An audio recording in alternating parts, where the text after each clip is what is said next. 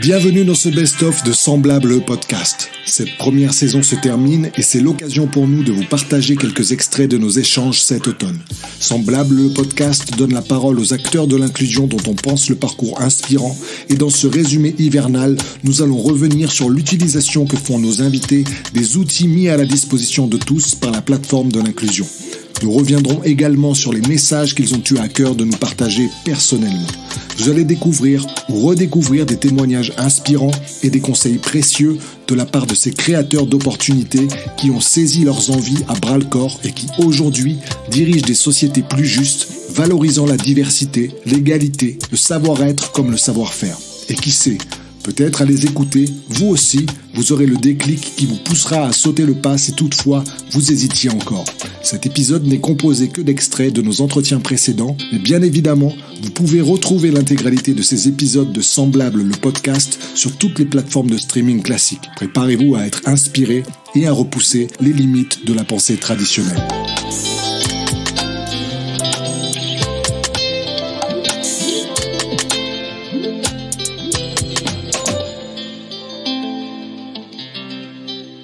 Ce podcast, il est propulsé par la plateforme de l'inclusion. Et la plateforme de l'inclusion est un outil qui notamment met en lumière les dispositifs, les services disponibles pour les personnes en situation de handicap, y compris les personnes à mobilité réduite ou les personnes qui ont un handicap invisible, justement ceux dont on parle aujourd'hui. D'après vous, dans quelle mesure on peut améliorer l'accès à l'emploi des personnes en situation de handicap ? C'est déjà en fait au moins en parler, expliquer que le handicap ça peut avoir aussi un impact très positif pour les entreprises, que les personnes en situation de handicap ne sont pas moins compétents, et que c'est juste que c'est aussi, je pense, un devoir aussi à un moment des entreprises de mettre en place des aménagements, de prendre en compte que tout le monde n'a pas forcément les mêmes capacités au même moment. Et ça, pour moi, c'est essentiel. Et le jour où les entreprises auront compris ça, ce sera beaucoup plus facile.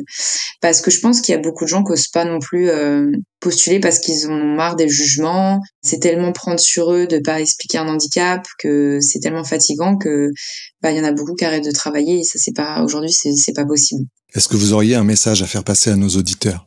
Peut-être le message c'est vraiment pour moi qu'on doit aujourd'hui parler vraiment du handicap librement. Pour les personnes qui se sentent pas forcément à l'aise, en fait, c'est juste poser des questions. Comment je peux être là pour toi, qu'est-ce que je peux faire, est-ce qu'il y a des questions qui t'ont dérangé que j'ai pu poser, parce qu'on est tous un peu maladroits, je pense. On peut pas connaître toutes les maladies ou les personnalités des gens aussi. Mmh. Et d'accepter aussi que des fois on peut être maladroit, je pense que ça c'est important. Et le jour où on en parlera librement et que ce sera plus un sujet tabou, déjà ça fera bien évoluer les choses. Et c'est peut-être le message que j'ai envie de faire passer. Je pense qu'Anaëlle en aura un aussi. Ça va un peu compléter ce que tu as dit, mais c'est clair que le silence n'avance à rien. Alors, comme tu dis, je peux comprendre que pour les personnes concernées, souvent on me dit qu'on ne sait pas quoi faire. Mais en fait, déjà juste être présent, ou au pire, même si c'est maladroit, tant que c'est bienveillant, essayer de montrer qu'on est là, de montrer qu'on est présent et qu'on s'intéresse, des fois ça peut suffire, honnêtement. Et ça va être un peu bateau, mais en fait ne pas être dans le jugement, parce que personne n'a l'inscience infuse, et donc on peut être du jour au lendemain découvrir quelque chose, et encore ce n'est pas parce que ça ne se voit pas que c'est dans les têtes.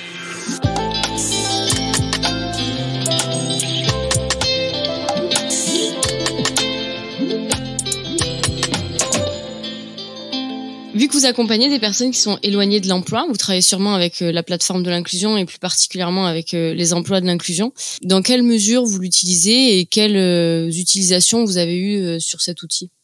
Nos équipes les utilisent plutôt pour faire des rapprochements sur les offres de la plateforme et les candidats que nous on peut avoir, et puis vice-versa. On invite aussi les candidats à aller consulter au maximum cette plateforme et s'inscrire aussi sur la plateforme. Donc voilà l'utilisation qu'on fait aujourd'hui.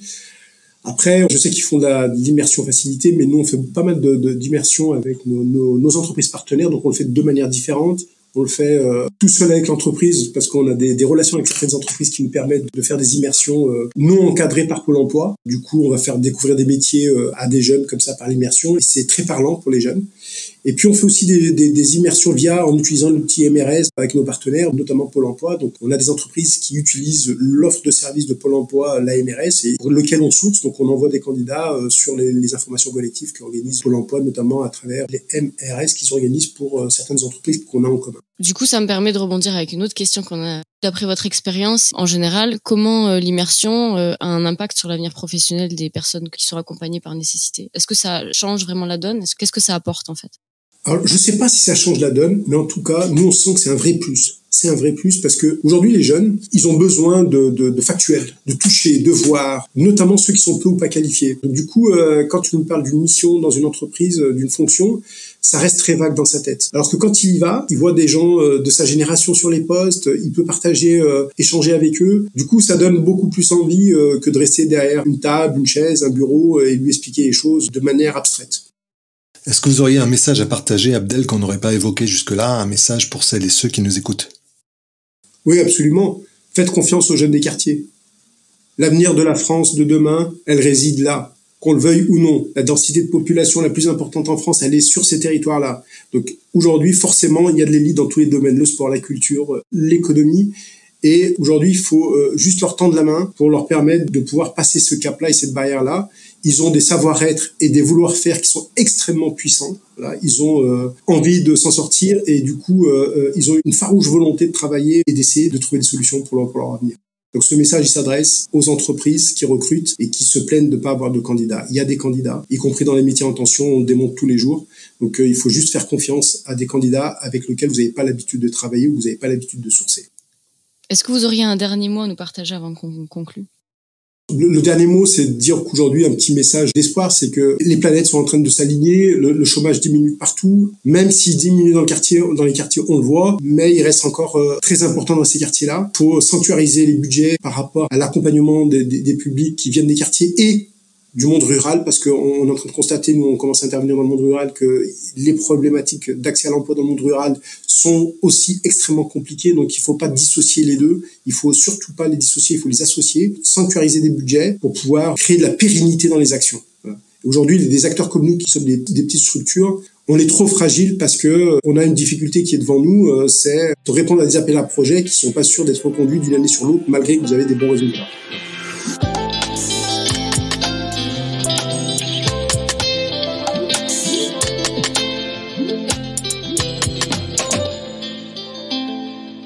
Vous restez très aligné avec les valeurs de Emmaüs et de Label Emmaüs, même dans vos pratiques en interne. Nous, on a un super outil qui s'appelle le marché de l'inclusion qui permet, par exemple, de trouver un traiteur pour un déjeuner d'équipe ou pour des séminaires, etc. Est-ce que vous, il y a des actions comme ça que vous allez chercher dans des entreprises d'insertion? Ah bah complètement. Bah déjà par exemple tous les séminaires, les AG, etc. On n'a jamais eu autre chose qu'une entreprise d'insertion pour venir tenir la restauration. Mais nous c'est, enfin je veux dire c'est une seconde nature. On se pose même pas la question. Effectivement, c'est aussi pour ça que je vous la pose.